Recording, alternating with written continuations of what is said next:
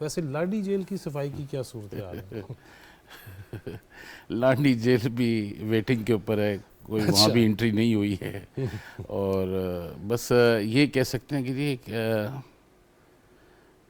دیکھیں فیض صاحب، یہ ایک بہت ہی نان سیریس اور نان پولیٹیکل ایکسرسائز اس ملک میں تقریباً 10-12 سال سے پاکستان تحریک انصاف کے نام سے ہو رہی ہے، اور میں سیاسی اس کا مخالف نہیں ہوں، اس لیے کہ میں ایز اے پولیٹیکل ورکر اس کو پولیٹیکل جماعت سمجھتا ہی نہیں ہوں، مگر جو معاشرے میں سیاسی ماحول میں اور پولیٹیکل ارینا میں جو تباہی عمران خان صاحب نے مچائی ہے، شاید ہی تاریخ میں کسی نے مچائی ہوگی۔ مثلاً میں اس کی اگزامپل آپ کو یہ دوں گا کہ اس سے پہلے پوری 70 سال 75 سال کے دور میں ادوار میں سیاستدان ایک دوسرے کے اوپر کرٹیسائز بھی کرتے تھے، نکتہ چینیاں بھی کرتے تھے، اور اپنے جو الیکشن کیمپینز ہوتی تھی اس کے اوپر بھرپور طریقے سے ایک دوسرے کی مخالفت بھی کرتے تھے، صحیح، اور وہ اسی گراؤنڈ تک رہتی تھی۔ اس کے بعد پھر ملنا روایات اور ہمارے معاشرتی ہمارے ثقافت ہے، کلچر ویلیوز ہیں اور فیملی ویلیوز ہیں، اس کو مد نظر رکھتے تھے ہمیشہ۔ یہاں اس وقت سچویشن بڑی مختلف ہے، یہاں پہ کسی کی گھر میں کوئی محفوظ نہیں ہے، جو اگر پاکستان تحریک انصاف کے کارکنوں کی جو سربراہ نے تربیت کی ہے، اس معاشرے کو اتنا آلود کر دیا ہے، میں سمجھتا ہوں اس سے ہمیں کس طرح اپنے آپ کو چھڑانا ہے، یہ بڑا مسئلہ ہے، نہ کہ ہمارا ویسے میں بلکہ آج کی یہ خبر میں دیکھ رہا تھا، بڑی افسوسناک کہ کیا کلچر پروان چڑھایا ہم نے کہ لاہور کے نجی سکولز کے نوعمر طلبہ ان کا گروپ 102 کے نام سے چل رہے ہیں، وہ کہیں زد و کوب کرتے ہیں، کہیں تشدد کرتے ہیں، کہیں کالجز کے آگے، اور بزرگوں کو بھی اب نہیں چھوڑ رہے، تو یہ کدھر جائیں گے ہم پھر؟ تو یہ رول آف لا جو ہے نا اس ملک میں بڑا کمزور ہے، اور میں سمجھتا ہوں اس میں ہماری جو قانون نافذ کرنے والے ادارے، مثلاً کہ میں پچھلے اس میں چلا جاتا ہوں، تھوڑا سا کرنٹ اس میں نہیں جاتا ہوں، اگر کرنٹ میں مجھے جانا بھی چاہیے تو میں کوئی مسئلہ نہیں ہے۔ پاکستان میں آپ دیکھیں سندھ کے اندر، صوبہ سندھ میں کراچی شہر کے اندر بڑی قتل و غارت گری ہوتی تھی، پکڑا کوئی نہیں جاتا تھا، پوری بند لاشیں نکلتی تھیں، کئی 100 لوگ قتل کر دیے جاتے تھے، قاتل جو تھا وہ دندناتا گھومتا تھا۔ قاتل کو جب یہ پتہ ہو کہ میں مار کے بری ذمہ ہوں اور میرے پیچھے بیک اپ اتنا مضبوط ہے کہ وہ ضمانت بھی ہو جائے گی اور مجھے کوئی پکڑے گا بھی نہیں، تو پھر وہ بالکل آزاد ماحول میں جاتا ہے، اور جس کو دل چاہتا ہے قتل و غارت گری کرتا ہے، زد و کوب کرتا ہے، اور عدالتیں بھی ان کو رہائی دیتی ہیں۔ میں ایک قیدی تھے پرویز مشرف صاحب کے زمانے میں، ان کو سزائے موت کی قیدی تھے، ثابت ہوئے تھے ثبوت کے ساتھ، مگر ضمانت پہ رہا تھے، سہولت مرزا شاید ان کا نام تھا، اور وہ عرصہ دراز سے تقریباً 12 سال مفرور رہے، بعد میں وہ پکڑے گئے اور ان کو پھانسی ہوئی، مگر جس طرح 14 سال وہ دندناتے گھومتے رہے، عدالت کے ذمہ تھا کہ ان کو ضمانت نہیں دیتے۔ اسی طرح ہزاروں لڑکے جن کے گھر تباہ ہو گئے، جن کی فیملیز تباہ ہو گئیں، مائیں گودے جڑ گئیں، بیوہ ہو گئے، یتیم ہو گئے، ایسے دہشت گرد جن کی ملیٹنٹ ونگز ہیں وہ بالکل آزاد گھوم رہے ہیں، ان کو کورٹوں سے ضمانت مل جاتی ہے۔ عدالت کا عدل اور انصاف کا جو نظام ہے وہ اتنا کمزور ہے اور وہ اتنا پولیٹیسائز ہو چکا ہے کہ اس کا کوئی حل نظر اس وقت نہیں آتا ہے، مگر بہرحال امید رکھتے ہیں کہ اللہ تعالیٰ خیر فرمائے، عدالتیں جو ہیں اپنا کام رول کریں، مگر اس ملک کے اندر عدالتیں اور جتنے ہمارے ادارے ہیں سب کو یہ اچھی طرح سمجھ لینا چاہیے کہ nobody is superior than parliament. Parliament جو ہے نا سب سے مضبوط چیز ہے، پارلیمنٹ کے اندر ہی اس ملک کی بقا ہے۔ جمہوری نظام کمزور ہے، لڑکھڑا رہا ہے، مگر انشاءاللہ مضبوطی کے دامن کے ساتھ اسے جڑا رہے گا، اور میں سمجھتا ہوں اسی میں ہی ہماری بقا ہے۔ چیزیں جب فیض صاحب بگڑتی ہیں نا تو وہ ایک پوزیشن پہ آتی ہیں کہ انشاءاللہ تعالیٰ آگے جا کے اس میں اصلاح بھی ہوگی اور بہتری کی طرف جائے گی۔ سمجھیں آپ، وہ ایک ہمارے دوست ہیں، وہ کہتے ہیں کہ یہ ری سٹارٹ ہے ہمارا اب نئے طریقے سے، مگر یہاں حکومت کی بھی ظاہر کمزوریاں ہیں۔ مجھے آج تک یہ سمجھ میں نہیں آیا، میں خود بھی پوچھتا ہوں بعض دفعہ کہ یہ جو معاہدہ آئی ایم ایف کا عمران خان جس کی وجہ سے ہم خمیازہ بھگت رہے ہیں، ظاہر ہے ہم بھی پولیٹیکل ورکر ہیں، کوئی بھی پی ڈی ایم کی جماعت میں نہیں عدم اعتماد جو ہے ایک لیگل پروسیس ہے، ہم نے یہ کیا اور ہم نے ان کی حکومت کو ہٹایا. اگر ان کے پاس اب بھی نمبرز اس وقت نمبرز ہوتے تو وہ ہمیں ہٹا دیتے، مگر ان کے پاس نہیں تھے تو وہ ہٹ چلے گئے. مگر سوال یہ ہے کہ جو آئی ایم ایف کا معاہدہ جو وہ بارود کی سرنگ اور کانٹوں کی سیج اس پاکستانی قوم کے لیے وہ بچھا کے گیا تھا، اس کو مجھے اب تک سمجھ میں نہیں آتا کہ ہماری جو گورنمنٹ ہے کیوں اس کو قوم کے سامنے لا کے رکھے اور لوگوں کو بتائے کہ یہ اس نے ہمارے ساتھ ظلم کیا ہے، اس قوم کے ساتھ، ان بچوں کے ساتھ، ان کی مستقبل کے ساتھ کس طرح اس نے کھیلا ہے، اس ملک کی سالمیت کے ساتھ کس طرح کھیلا ہے. اور آپ یہ دیکھیں نا کہ اس کی کرسی کے لیے وہ ہر چیز داؤ پہ لگا دیتا ہے. پاکستان میں وہ یہ کہتا ہے کہ میں اینٹی اسٹیبلشمنٹ ہوں. میں آپ کو حلفیہ کہتا ہوں کہ عمران خان صاحب اینٹی اسٹیبلشمنٹ نہیں ہیں. اینٹی اسٹیبلشمنٹ نواب اکبر بگٹی صاحب تھے، مولانا شاہ احمد نورانی صاحب رحمۃ اللہ علیہ تھے، مفتی محمود صاحب تھے، پروفیسر غفور صاحب تھے، اسفندیار ولی کے والد تھے، اسفندیار ولی خود تھے، اور بے نظیر بھٹو صاحبہ تھیں، بعد میں ذوالفقار علی بھٹو صاحب بھی رہے. سب یہ افراد اینٹی اسٹیبلشمنٹ تھے. مگر اینٹی اسٹیبلشمنٹ ہونا کوئی بری چیز نہیں ہے کہ آپ کا اسٹیبلشمنٹ سے اگر کوئی اختلاف ہے تو اس کو حل کرنا ہے تھرو اے ڈائلاگ پروسیس. مگر ان سارے لیڈرز جتنے بھی ہماری تاریخ کے رہے ہیں، ان میں سے کسی ایک لیڈر نے اپنی افواج پاکستان کی تذلیل اس طرح نہیں کری جس طرح اس آدمی نے کی. ہر ایک ہمارے دیکھیں ملک کا جو آرمی چیف ہے، آج کوئی ہے، کل کوئی اور ہوگا، کل پرسوں کوئی اور تھا. بہرحال وہ ہمارے لیے قابل احترام ہے. جو چلا گیا وہ بھی قابل احترام ہے، جو آیا ہے وہ بھی قابل احترام ہے، اور جو رہے گا. اس لیے کیونکہ ہمارے دشمن ممالک جو ہیں، جب ہم اپنی افواج پاکستان کے نام لے کر لوگوں کے تنقید کرتے ہیں تو وہ ہمیں بڑا نقصان دہ ایلیمنٹ ہمارے لیے ہوتا ہے. ہم بھی کرتے ہیں کبھی کبھار تنقید، مگر ہمارے ایک طریقہ کار ہے. اور اسٹیٹ کے ساتھ دیکھیں اختلاف رائے رکھنا کوئی بری بات نہیں، آپ ڈائلاگ کے تھرو اس کو حل کر سکتے ہیں. اویس بھائی تھوڑا سا موقع دیجیے گا. پنجاب کے نگران وزیر اطلاعات جناب عامر میر ہمارے ساتھ فون لائن پہ ہیں. السلام علیکم میر صاحب. جی وعلیکم السلام. جی میر صاحب، ذکر یہ ہو رہا ہے کہ جیل برو تحریک ہے، تو وہ تو بڑا رو رہے ہیں کہ پنجاب حکومت جو ہے وہ ہمیں چھوڑ کیوں نہیں رہی. کیا فرمائیں گے میر صاحب؟ کیسے چھوڑ سکتے ہیں جب ان کی خواہش تھی جیل میں جانے کی، تو اب وہ خواہش تو پوری کرنی تھی نا جی. تو قانون بھی توڑا انہوں نے، 3 MPO وائلیٹ کیا، تو اس کی وائلیشن کی جو سزا بنتی ہے وہ تو پھر بھگتنا پڑے گی. ہمارے پاس جواز ہی کوئی نہیں تھا انہیں اندر رکھنے کے لیے، تو ان کی خواہش پہ اب ان کو اندر رکھ رہے ہیں. جیل بھرو تحریک جو ہے، ابھی تو 47 لوگ پنڈی سے، 77 پنجاب سے انہوں نے گرفتاریاں دی ہیں. تو یہ تو کوئی جیل کیا ایک سیل میں بھر رہا ہے اس سے. تو میر صاحب، وہ شاہ محمود قریشی صاحب کہہ رہے ہیں انہیں بھی عارضہ لاحق ہے، پھر باقی دوست بھی جو ہیں وہ کہہ رہے ہیں کہ ہم بیمار ہیں، ہم تو سی پی او آفس کے قریب جا رہے تھے اور یہ ہمیں آگے لے آئے. ان کی ویڈیوز بھی چل رہی ہیں. یہ کیا کیا جی آپ نے ان کے ساتھ؟ ہم نے کچھ بھی نہیں کیا. جو کل جج صاحب نے کیا وہ سننے والا ہے. کل جب زین قریشی کورٹ میں پٹیشن لے کے گئے ہیں اور انہوں نے کہا جی کہ دیکھیں میرے والد کو گرفتار کر لیا، تو جج صاحب نے کہا جی کہ آپ کے والد نے گرفتاری دی ہے، کسی نے انہیں گرفتار نہیں کیا. وہ گرفتاری دینے گئے تھے، گرفتار ہو گئے. اس پہ پھر بیٹے نے فرمایا کہ میں ابو سے ملنا چاہتا ہوں. تو جج صاحب نے کہا جی کہ آپ بھی جا کے تو مال روڈ پہ قانون توڑیں تو آپ کی ابو سے ملاقات ہو جائے گی. اب دیکھیں ہم ویٹ کر رہے ہیں کہ وہ کب ابو سے ملاقات کا پلان بناتے ہیں. اچھا میر صاحب، یہ بتائیے، یہ پہلی دفعہ دیکھا گیا ہے کہ کسی بھی ایسے موقع پہ پولیس والے جو ہے وہ میگا فون پہ اعلان کر رہے ہوں، اور بہت شور سنتے تھے پہلو میں دل کا. وہ ہمیں تو کہا جاتا تھا کہ بھر جائیں گی اور اضافی جیلیں بنانی پڑ جائیں گی.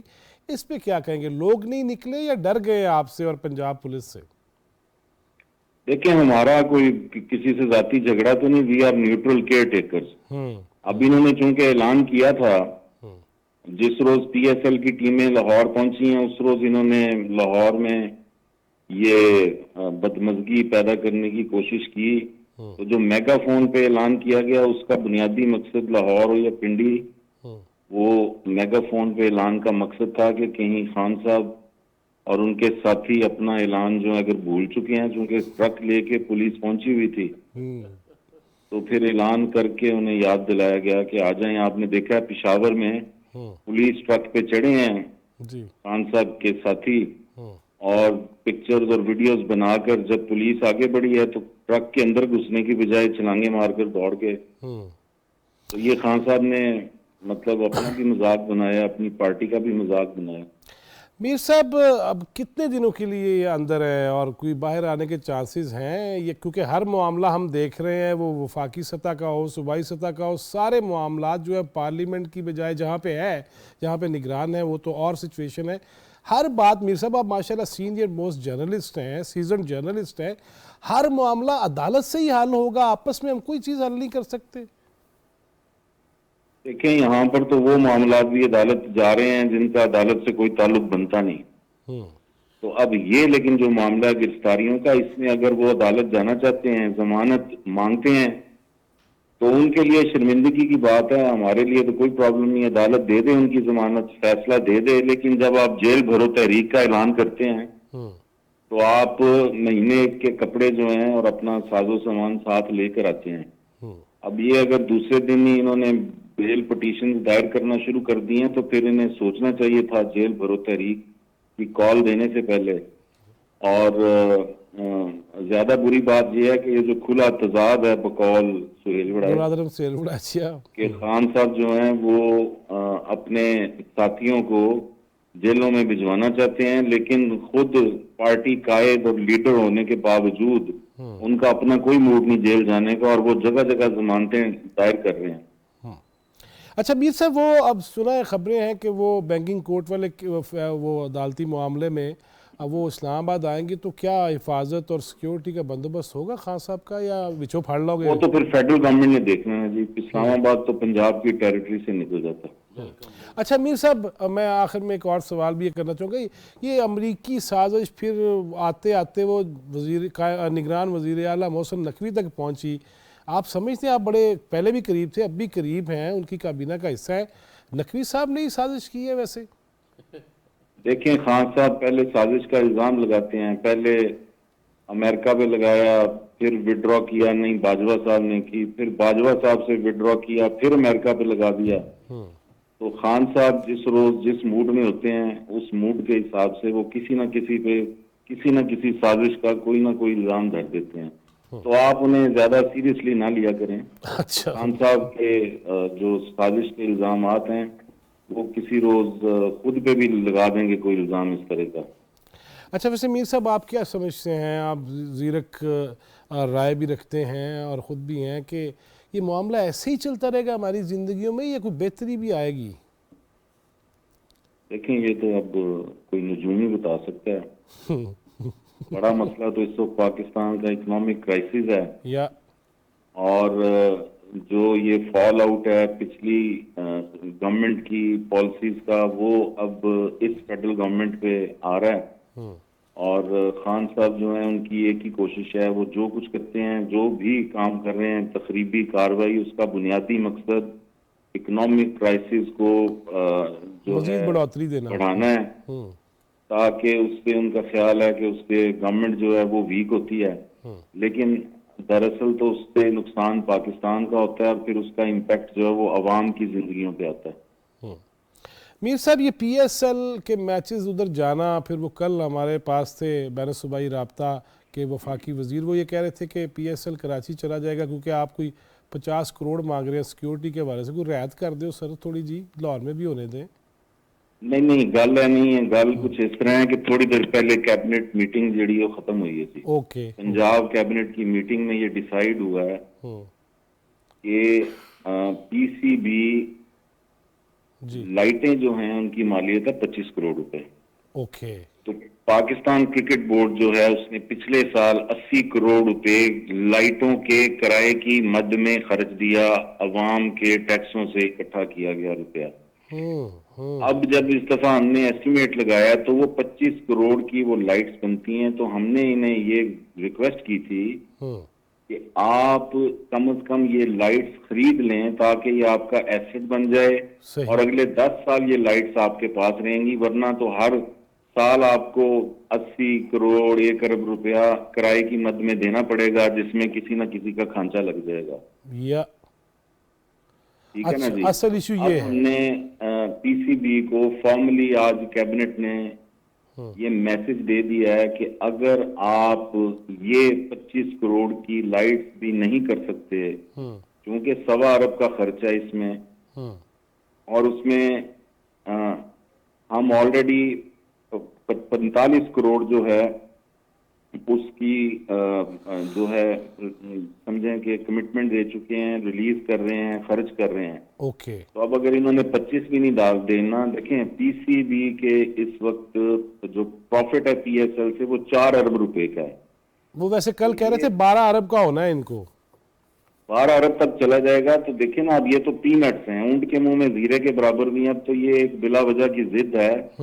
اگر یہ اپنا ایسٹ بھی نہیں بنانا چاہتے اس 25 کروڑ کے اگینسٹ اور چاہتے ہیں کہ ہر سال 1 ارب روپیہ لگتا رہے، تو یہ تو بے وقوفی کی بات ہے. تو اب پنجاب گورنمنٹ نے کنوے کر دیا کہ اگر آپ نے یہ 25 کروڑ کی لائٹس بھی نہیں خریدنی تو پھر آپ جو کرنا چاہتے ہیں کر لیں. اگر آپ کراچی جانا چاہتے ہیں کراچی چلے جائیں، دبئی جانا چاہتے ہیں دبئی چلے جائیں. تو اب ان کی طرف سے جوابی موقف کا انتظار ہے. صحیح. بہت شکریہ جناب عامر میر، اسٹوڈیوز میں ملاقات کے ساتھ نوازش کرم، مہربانی.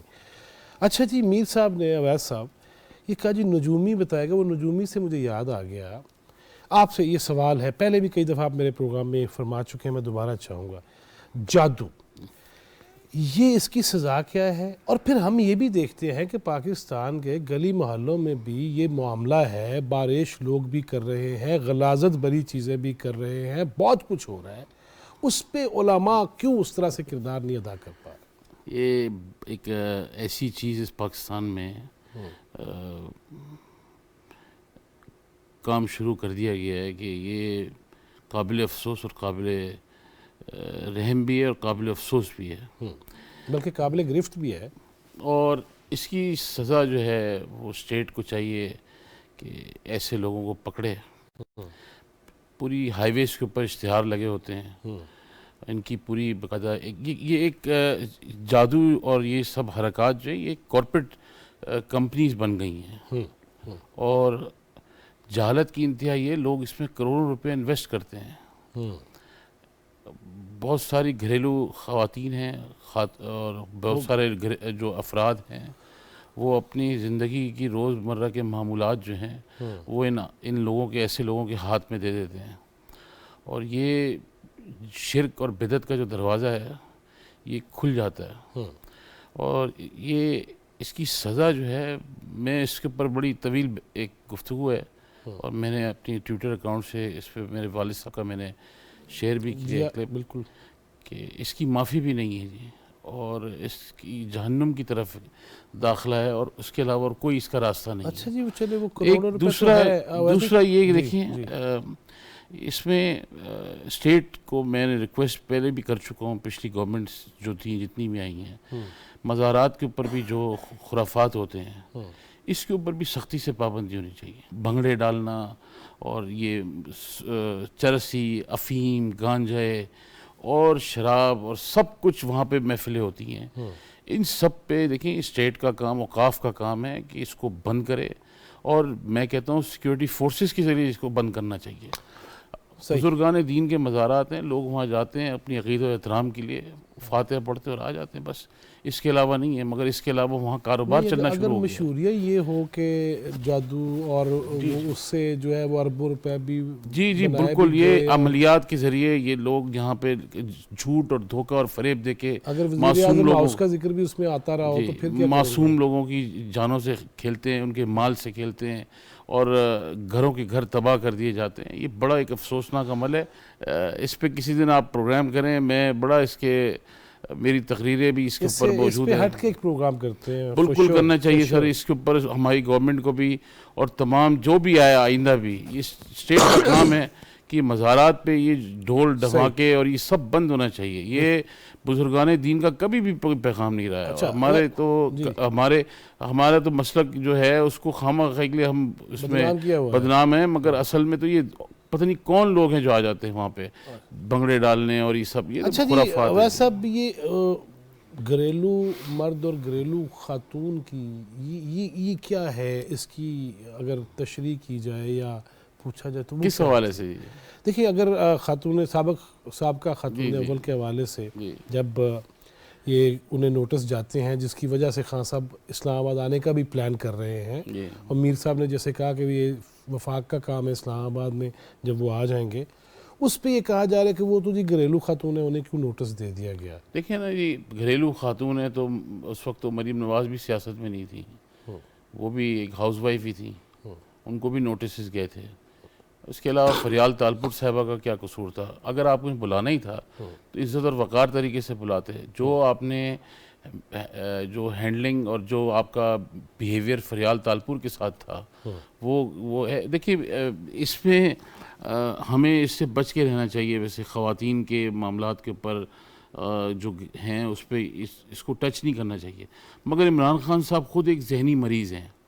انہوں نے اپنی تاریخ میں, اب آپ دیکھیں نا, میں اچھی طرح واقف ہوں اس چیز سے. باقاعدہ جب رانا ثناء اللہ وہاں پہ جیل میں موجود تھے تو یہ کیمرے سے جھانک کے سی سی ٹی وی سے دیکھتا تھا کہ وہ تکلیف کتنی ہے. ایگزیکٹلی, یہ بشیر محمد صاحب نے میرے سامنے بتایا جی, رضوان رضی کو جب اریسٹ کیا تو بتایا, جھانک کے خود اپنا سی سی ٹی وی میں دیکھتا تھا کہ دکھاتا تھا اور خوش ہوتا تھا.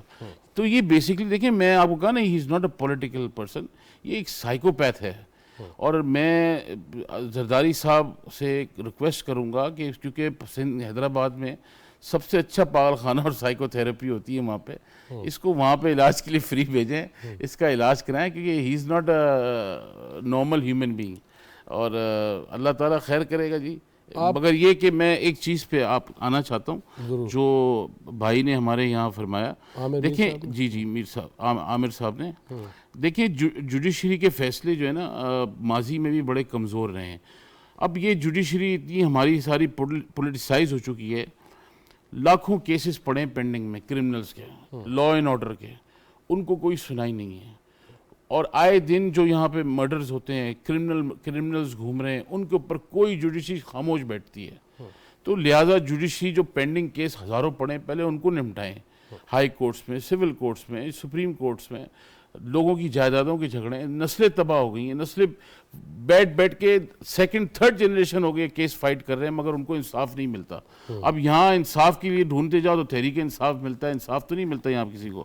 دوسرا دیکھیں, ہمارا معاشی نظام جو ہے نا اس وقت بڑا برا حال ہے ہمارا, اور اس کی امپروومنٹ کے لیے دیکھیں ہم کوئی بھی انسان, جتنی بھی پولیٹیکل پارٹیز ہیں, شہباز شریف صاحب سے آپ پولیٹیکل اختلاف رکھ سکتے ہیں, میں بھی رکھ سکتا ہوں, اور لوگ بھی ہیں پولیٹیکل کسی پالیسی پہ ان سے اختلاف رائے رکھ سکتے ہیں, مگر شہباز صاحب کے کام سے اختلاف نہیں کر سکتے. ہی از ویری کمیٹڈ, اور میں سمجھتا ہوں کہ he is doing a great job.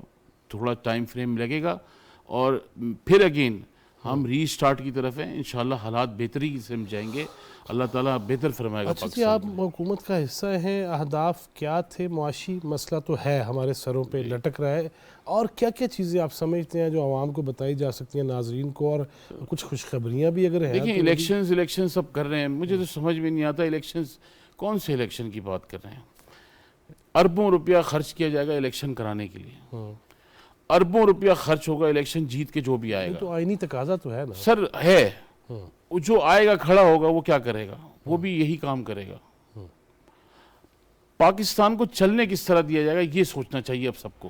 Political party دیکھیں, ہم پیپلز پارٹی ہے, پی ایم ایل این ہے, جے یو آئی ہے, جمعیت علماء پاکستان ہے, اور اے این پی ہے, جتنی جماعتیں ہیں, کوئی بھی اپنے آپ کو سٹیک لگا کے جو نا اپنی پولیٹیکل پوری جو سٹیک ہے اس کو داؤ پہ نہیں لگائے گا. جو اس طرح اس پہ ایک اور بھی ہماری انتہائی سینئر جو ہیں وہ جرنلسٹ, سینئر صحافی, تجزیہ کار جناب نوید چودھری. السلام علیکم چودھری صاحب.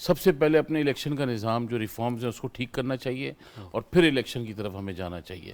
اس سے پہلے الیکشن کرانا میں نہیں سمجھتا ہمارے لیے سوٹیبل ہے اور نہ ہماری اکانومی اجازت دیتی ہے نہ فیزیبل ہے ہماری. اچھا جی، آخری سوال ایک ویس بھائی کہ آئندہ الیکشن جب بھی ہوں اور اس میں کیا دیکھ رہے ہیں؟ اتحاد دیکھ رہے ہیں، پی ڈی ایم کو مجتمع دیکھ رہے ہیں، دینی جماعتوں کا کوئی اتحاد دیکھ رہے ہیں؟ کیونکہ اب تو ایم ایم اے ملا ملٹری اتحاد تو بننا کوئی نہیں ہے، انہوں نے خود ہی کہہ دیا کہ داغ دھو رہے ہیں. تو اب کوئی دیکھ رہے ہیں کوئی اس قسم کے ایڈجسٹمنٹس یا اتحاد؟ مولانا کیا کہتے ہیں؟ ایڈجسٹمنٹس تو ضرور ہوں گی میرے خیال سے، اور اتحاد جو ہے وہ میرے خیال سے رہے گا اس میں، اور کوئی نہ کوئی فارمولا ضرور نکلے گا. پاکستان میں اس وقت سنگل ہینڈڈ کوئی بھی میرا نہیں خیال ہے پارٹی سنگل ہینڈڈ لڑ سکے ان گی مسائل کا حل کر جو سکیں. مسائل کے لیے مسائل ہیں ہمارے آگے، اور آگے مزید اور آئیں گے. تو ان کو فیس کرنے کے لیے، اس بیٹل گراؤنڈ پہ چلنے کے لیے آن بورڈ جماعتوں کا اتحاد بنے گا، اور نئے اتحاد الیکشن کے دوران اس سے پہلے ضرور سامنے آئیں گے. میں ایکسپیکٹ کرتا ہوں کم از کم 2 اتحاد تو ہوں گے اچھا، الیکشن سے پہلے. وہ کون سی ہوں؟ بس وہ جب وقت آئے گا بتا تو دیں نا.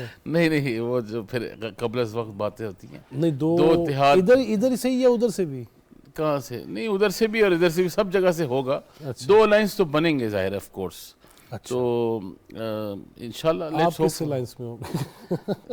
جو ملک کی بہتری کے لیے ہوگا. میں تو بالکل اس وقت یقین کریں بڑا مذہبی جماعتوں کا الگ سے بھی کوئی لائنس دیکھ رہے ہیں؟ مذہبی جماعتوں کا اتحاد وقت کی ضرورت ضرور ہے اور ہونا بھی چاہیے، اس میں کوئی دو رائے نہیں ہے. مگر یہ کہ بشرطے کہ اس میں پالیسیز طے کرے. کامیاب بھی ہوا ہے، ایسا نہیں کہ نہیں کامیاب ہوا. ماضی میں پچھلی دفعہ اس لیے کامیاب نہیں ہوا کہ ہمارے ایک اتحادی جو تھے وہ شاید پی ٹی آئی کے نور نظر ہو رہے کے قریب تھے، اس لیے ذرا ہم ایم ایم اے کو اس وقت تھوڑا سا دوبارہ نقصان ہوا. صحیح. 2018 کی بات کر رہا ہوں میں. تو آئندہ دیکھیں انشاءاللہ تعالیٰ، میں امید کرتا ہوں اچھے حالات ہوں گے انشاءاللہ، بہتر ہوگی انشاءاللہ. امید رکھنی چاہیے. بہت شکریہ تھینک یو جناب سر، اویس بہت سورانی شکریہ آپ کا. جی.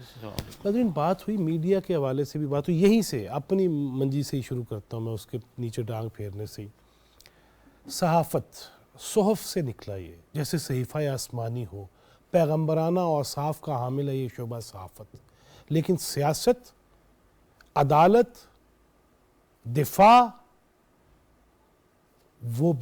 وہ کام ہے جو نبی آخر حضرت محمد رسول اللہ صلی اللہ علیہ وسلم نے خود کیے. لہٰذا ہر شعبہ زندگی سے تعلق رکھنے والے کو اس ملک سے پیار بھی کرنا ہوگا، اس کی بہتری کے لیے آگے بھی بڑھنا ہوگا، اور ایک دوسرے کے لیے آسانیاں تقسیم کرنی ہوں گی. جواد فیضی چوتھا ستون ٹیم کو اجازت دیجیے. اللہ نگہبان.